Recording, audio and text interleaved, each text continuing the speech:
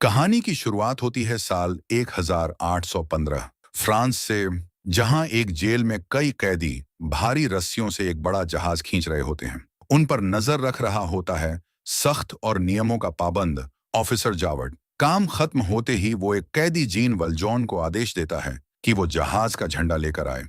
सबकी आंखें फटी रह जाती हैं जब जीन अपनी जबरदस्त ताकत दिखाते हुए पूरा मस्तूल उठाकर जावर्ट के पैरों के सामने गिरा देता है। जावर्ट फिर उसे बताता है कि उसकी पैरोल शुरू हो गई है, लेकिन वो कभी उसका नाम नहीं लेता, उसे सिर्फ कैदी नंबर से बुलाता है। जीन ने सालों पहले अपनी बहन के मरते हुए बच्चे के लिए रोटी चुराई थी, जिसके लिए उसे 5 साल की सजा मिली थी, लेकिन भागने की कोशिशों के कारण उसकी सजा बढ़कर 19 साल हो गई। अब जीन को लगता है कि वो आजाद है, लेकिन जावर्ट ठंडे लहजे में कहता है, ये आजादी नहीं, पैरोल है। वो उसे कुछ कागज देता है जो हर जगह साथ रखना जरूरी है, वरना उसे फिर से गिरफ्तार कर लिया जाएगा। दूसरी तरफ जब जीन जेल से बाहर आता है तो उसे कोई काम नहीं देता।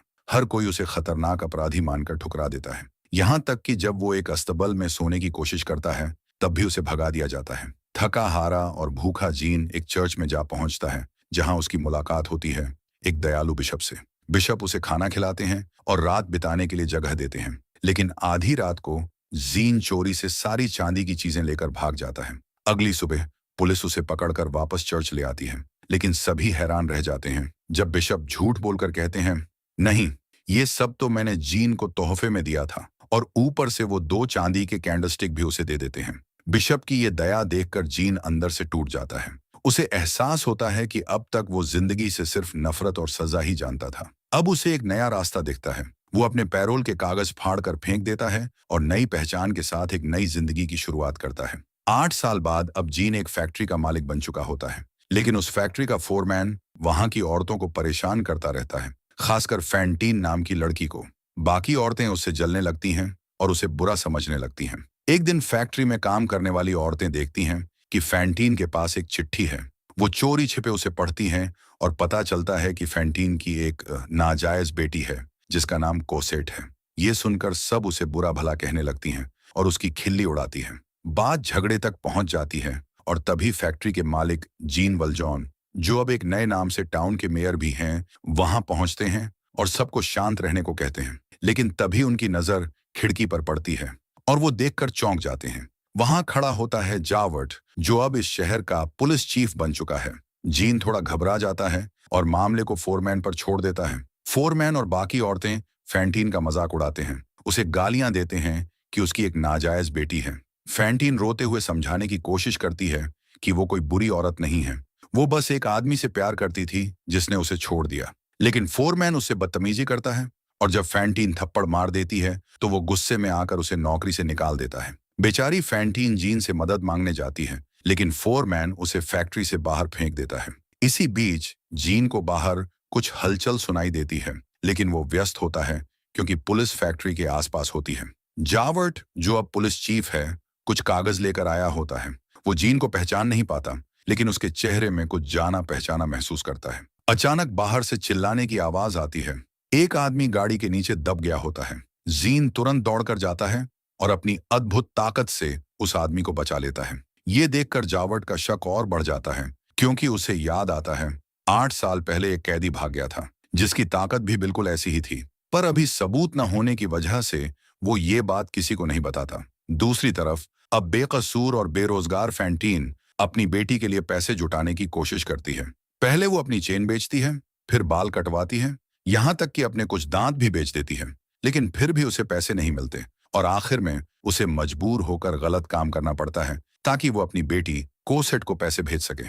धीरे धीरे सड़क की जिंदगी और दर्दनाक हालात उसकी सेहत पर भारी पड़ने लगते हैं और उसकी जिंदगी अंधेरे में डूबने लगती है। कुछ रातों तक सड़क पर काम करने के बाद एक दिन फैंटीन का सामना एक गुस्सैल ग्राहक से होता है। वो आदमी बदतमीजी करता है और जब फैंटीन खुद का बचाव करती है तो वो पुलिस को बुला लेता है। थोड़ी देर में जावर्ट वहां पहुंचता है और फैंटीन को गिरफ्तार करने लगता है। तभी वहां जीन वल्जॉन पहुंचता है। जैसे ही वो फैंटीन को देखता है, उसे कुछ याद आने लगता है। वो पहचान लेता है कि ये वही औरत है जिसे उसकी फैक्ट्री से निकाला गया था। फैंटीन आंसुओं में टूटकर कहती है कि उसने उसे बाहर निकाल दिया और अब उसकी बेटी कोसेट बहुत बीमार है। जीन को अपनी गलती का एहसास होता है। अपराध बोध से भरे दिल से वो फैंटीन को उठाकर अस्पताल ले जाता है और उसे वादा करता है कि वो उसकी बेटी कोसेट को भी बचाएगा। उसी दौरान जावर्ट को पेरिस से एक खत मिलता है जिसमें लिखा होता है कि जिस फरार कैदी को वो सालों से ढूंढ रहा था उसे पकड़ लिया गया है। जावर्ट तुरंत जीन से मिलने आता है और कहता है कि उसने उस पर शक करके गलती की।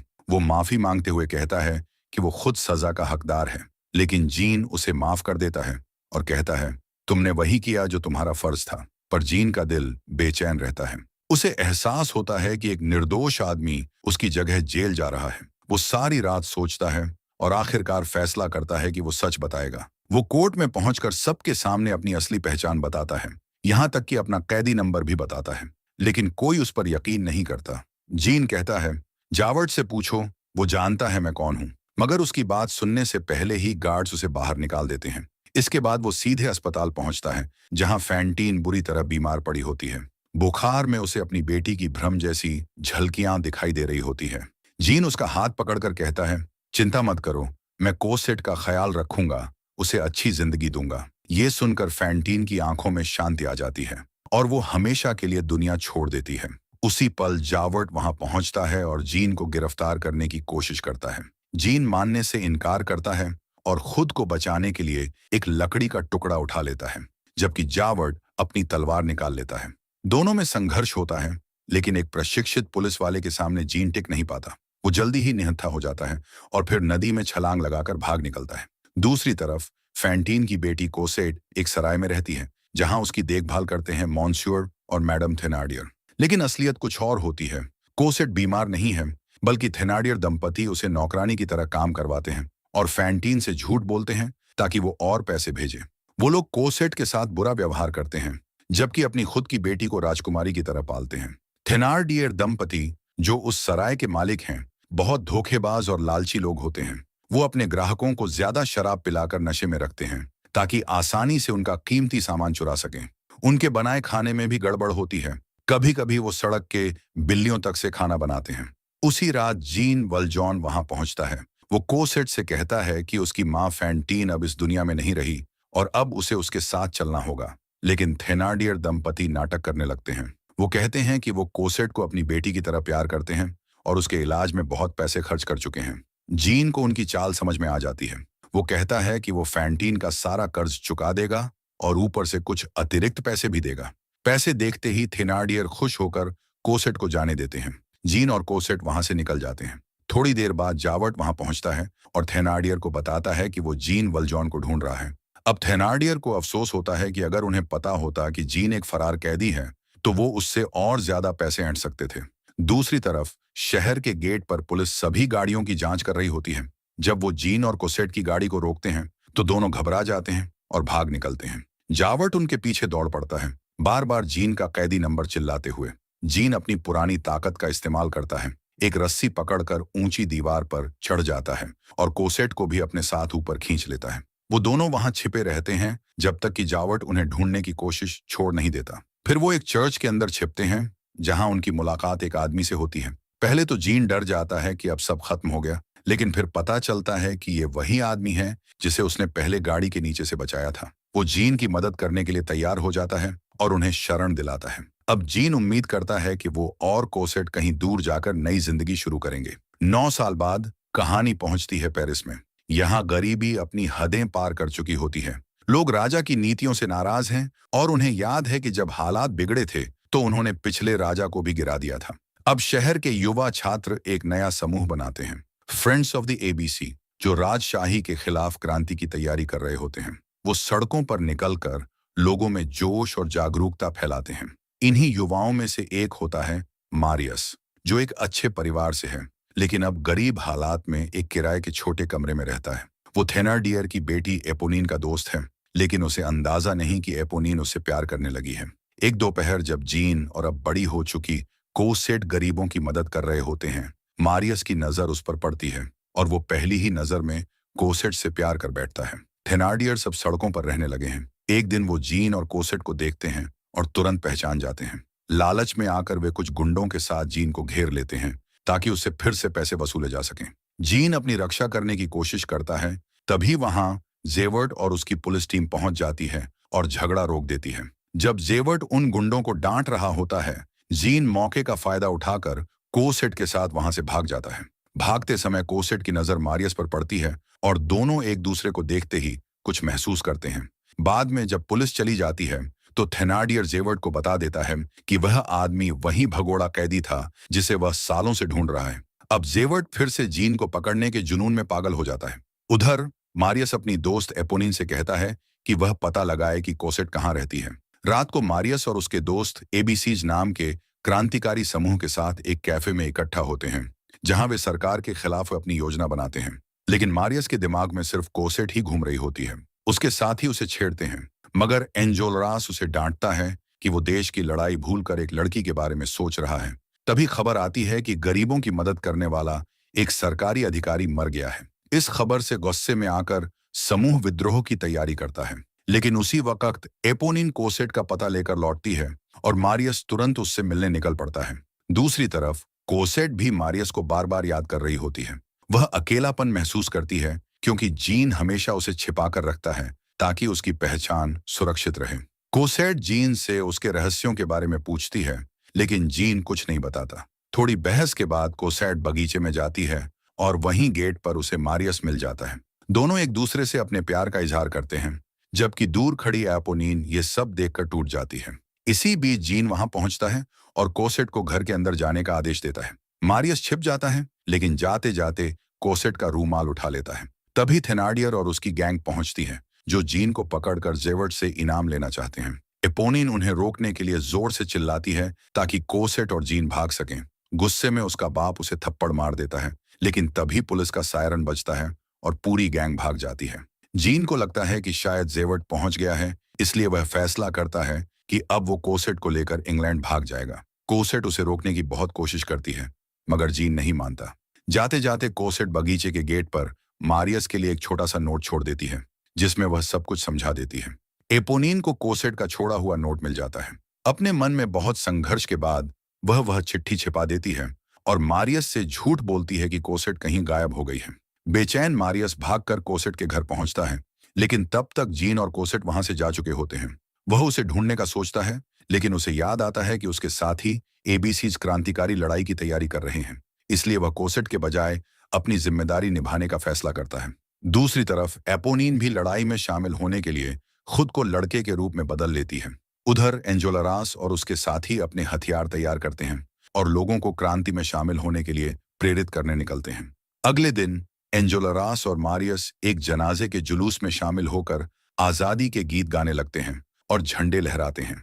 धीरे धीरे भीड़ भी उनके साथ जुड़ जाती है। सब एक साथ बेहतर फ्रांस के लिए नारे लगाने लगते हैं। भीड़ में जेवर्ट भी मौजूद होता है, जो खुद को क्रांतिकारी बनाकर जासूसी कर रहा होता है। तभी राजा की सेना रास्ता रोक लेती है और अचानक गोलियां चलाना शुरू कर देती है, जिसमें एक बुजुर्ग महिला मारी जाती है। माहौल जंग में बदल जाता है। दोनों तरफ से तलवारें और गोलियां चलती हैं और लोग सड़कों से फर्नीचर और लकड़ी फेंककर बैरिकेड बनाने लगते हैं।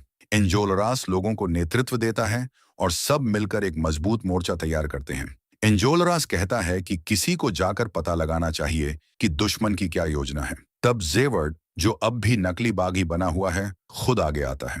रात होने तक उन्होंने सड़क पर एक मजबूत दीवार बना ली होती है। थोड़ी देर बाद जेवर्ट लौटता है और झूठी जानकारी देने की कोशिश करता है, लेकिन छोटा बच्चा गैवरोश उसे पहचान लेता है और सबको बता देता है कि वो एक जासूस है। सारे बागी मिलकर जेवर्ट को पकड़ लेते हैं। वह भागने की कोशिश करता है और कुछ लोगों को घायल भी कर देता है, लेकिन एंजोलरास उसे मारकर बेहोश कर देता है। तभी अचानक सैनिक हमला कर देते हैं और गोलियों की बौछार शुरू हो जाती है। सड़क एक जंग के मैदान में बदल जाती है। दोनों तरफ के कई लोग मारे जाते हैं। लड़ाई के बीच मारियस एक बारूद के बैरल को लेकर आगे बढ़ता है, लेकिन एक सैनिक उस पर निशाना साधता है। तभी एपोनिन दौड़कर आती है और उसे बचाने के लिए खुद गोली खा लेती है। उसकी मौत हो जाती है, लेकिन उसकी कुर्बानी से सैनिक पीछे हट जाते हैं। मारियस टूट जाता है और एपोनिन को अपनी बाहों में लेकर रोने लगता है। मरने से पहले एपोनिन उसे कोसेट की चिट्ठी दे देती है। इसके बाद मारियस खुद एक पत्र लिखता है और छोटे गैवरोश को देता है कि वह कोसेट तक पहुंचा दे। लेकिन जब गैवरोश दरवाजे पर पहुंचता है तो उसे जीन मिलता है, जो वह चिट्ठी खुद ले लेता है। जीन उस चिट्ठी को पढ़ता है जो मारियस ने कोसेट के लिए लिखी थी। उस पत्र में भरे सच्चे प्यार और भावनाओं को पढ़कर जीन का दिल पिघल जाता है। वह तय करता है कि वह अपनी बेटी के प्रेमी की रक्षा करेगा, जीन एक सैनिक के वेश में बैरिकेड तक पहुंचता है ताकि कोई उसे पहचान न सके, लेकिन बागी लोग उसे देखकर सोचते हैं कि वो कोई जासूस है। तभी जीन की नजर पास बंधे हुए जेवर्ट पर पड़ती है। गैवरोश जीन की सच्चाई बताकर उसकी रक्षा करता है। इसी दौरान एक दुश्मन स्नाइपर छत पर दिखाई देता है। जीन सबको चेतावनी देता है और बागियों के साथ मिलकर उसे मार गिराता है। अब सबको जीन पर भरोसा हो जाता है। इसके बाद जीन एंजोलरास से कहता है कि उसे जेवर्ट को मारने दिया जाए। अनुमति मिलने पर वह जेवर्ट को एकांत में ले जाता है, लेकिन मारने की बजाय उसे आजाद कर देता है। जीन कहता है कि उसे बदले में कुछ नहीं चाहिए, बस ये साबित करना चाहता है कि वह एक अच्छा इंसान है। जेवर्ट वहां से भाग जाता है और जीन गोली चलाकर दिखाता है कि उसने जेवर्ट को मार दिया है। अगली सुबह बारिश से बारूद भीग चुका होता है और गोला बारूद बहुत कम बचा होता है। आम लोग अपने घर लौट चुके हैं। अब सिर्फ ABC के बागी ही बचे हैं, लेकिन हार मानने के बजाय सब तय करते हैं कि वे आखिरी सांस तक लड़ेंगे। छोटा गैवरोश गिरे हुए सैनिकों से गोलियां इकट्ठा कर रहा होता है। तभी उसे कई गोलियां लगती हैं और वह वहीं शहीद हो जाता है। जीन उसका शव उठाता है और बागी क्रोध में सैनिकों पर गोलियां बरसाने लगते हैं। इस बार सैनिक तोपों का इस्तेमाल करते हैं और धीरे धीरे सभी बागी मारे जाते हैं। लोग अपने दरवाजे बंद कर लेते हैं, किसी को अंदर नहीं आने देते। मारियस घायल होकर गिर जाता है। तब जीन उसे उठाकर अपनी पीठ पर डालता है और सीवरों के रास्ते भाग निकलता है। उधर एंजोलरास और बाकी बचे बागी एक पुराने मकान में छिपते हैं, लेकिन सैनिक उन्हें भी घेर कर मार देते हैं। एंजोलरास आखिरी सांस तक झंडा थामे रहता है, आजादी का प्रतीक बनकर। थोड़ी देर बाद जब सैनिक इलाके की सफाई कर रहे होते हैं, जेवर्ट वहां पहुंचकर गैवरोश के शव पर अपना मेडल रख देता है। तभी उसे एहसास होता है कि जीन अब भी जिंदा है, क्योंकि वह शवों में नहीं है। उसे सीवरों से कुछ आवाजें सुनाई देती हैं। नीचे जीन मारियस के शरीर को संभालने की कोशिश कर रहा होता है, लेकिन फिसलकर गंदे पानी में गिर जाता है। वहां उनकी मुलाकात थेनार्डियर से होती है, जो मारियस की अंगूठी चुरा लेता है। जीन उसे पकड़ लेता है और डुबोने की धमकी देता है। तब थेनार्डियर उसे बाहर निकलने का रास्ता बताता है। आखिरकार जीन मारियस को लेकर बाहर निकलता है, लेकिन वहां जेवर्ट उसका इंतजार कर रहा होता है। जीन उससे 1 घंटे की मोहलत मांगता है ताकि वह मारियस को अस्पताल पहुंचा सके और वादा करता है कि बाद में खुद आत्मसमर्पण करेगा। जेवर्ट पहले तो धमकाता है, लेकिन जीन की सच्चाई देखकर उसके मन में नैतिक संघर्ष शुरू हो जाता है। जीन चलता रहता है और जेवर्ट उसे रोकता नहीं है। अपने भीतर की उलझन से टूटकर जेवर्ट नदी में कूदकर आत्महत्या कर लेता है। कुछ समय बाद मारियस अपने दादा के घर जागता है। उसे नहीं पता होता कि किसने उसकी जान बचाई। जब उसे अपने दोस्तों की मौत का पता चलता है, तो वह लौटकर उनके ठिकाने पर जाता है और शोक मनाता है। वहीं उसे कोसेट मिलती है, जो उसे संभालती है और साथ रहने का वादा करती है। जीन दूर से यह सब देखकर समझ जाता है कि अब उसकी मौजूदगी सिर्फ परेशानी लाएगी।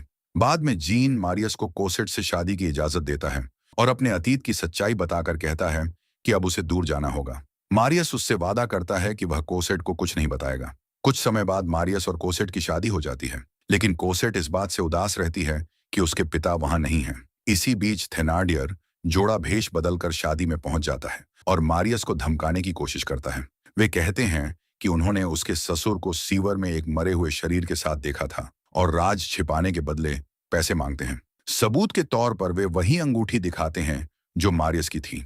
अब मारियस समझ जाता है कि उसकी जान बचाने वाला जीन ही था। गुस्से में वह थेनार्डियर को मारता है और सब सच्चाई उगलवा लेता है। उस रात मारियस और कोसेट जीन से मिलने जाते हैं, जो अब मौत के करीब होता है। वह आखिरी बार कोसेट को देखकर खुश होता है और उसे एक पत्र देता है जिसमें उसका सारा अतीत लिखा होता है। शांति से उसकी मौत हो जाती है। कोसेट रोती रहती है, लेकिन जीन की आत्मा अब आजाद होकर उन सब आत्माओं में शामिल हो जाती है जो बेहतर फ्रांस के लिए शहीद हुई थी। और इसी सीन के साथ ये फिल्म खत्म हो जाती है।